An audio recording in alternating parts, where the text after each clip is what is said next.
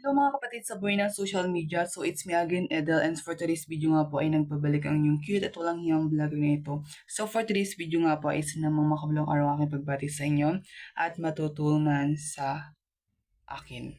So yun nga, at maraming na-try mo na bang or naranasan mo na bang mag-compare or ikumpara yung sarili mo sa iba? So ayun nga, tayong mga nilalang ng Diyos ay meron po tayong iba't ibang skills, meron po tayong iba't ibang talento, ay may iba't iba po tayong kalakasan at kahinaan. So hindi po tayo pari-pareho, no? So ngayon nga ay tuturuan ko kayo or magbibigay ako ng ilang tips lang din sa inyo kung ano po yung natin gagawin para hindi po natin i-compare ang ating sarili sa iba.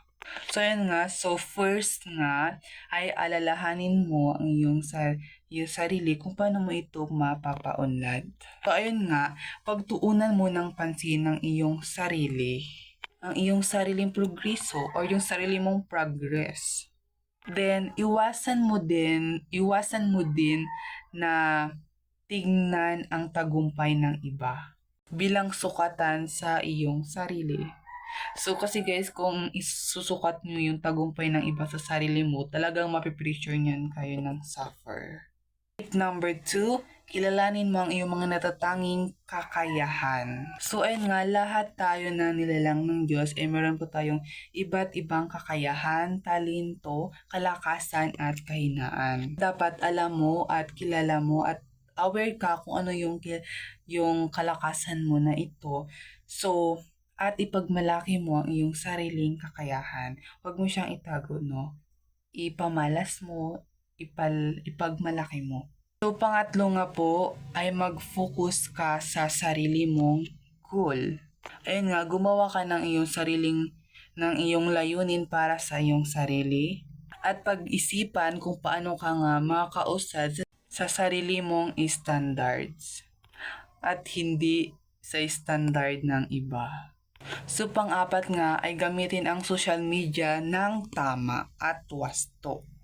Yun nga, iwasan mong maging aktibo sa social media kung saan ay madalas na lumalabas ang inggit at comparison, lalo na sa mga ina-upload ng iba dyan, no? Pag makita mo lang yun, may inggit ka na din, i-compare mo na yung sarili mo sa kanya. Lagi po nating tatandaan na nakikita mo lang ang highlights ng ibang tao.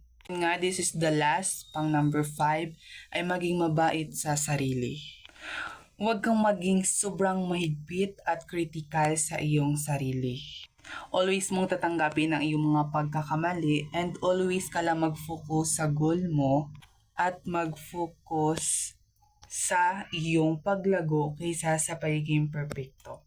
So, basta't nga sa bawat biyaya po nating natatanggap ay always lang po tayong magpasalamat sa ating poong may kapal. So, nawa po ay nakatulong nga po itong mga sinabi ko for today's video and sana ay nagustuhan nyo din ang video ito. So kung nagustuhan nyo, i-share nyo. So maraming salamat and have a nice day and stay safe and stay cute. Bye!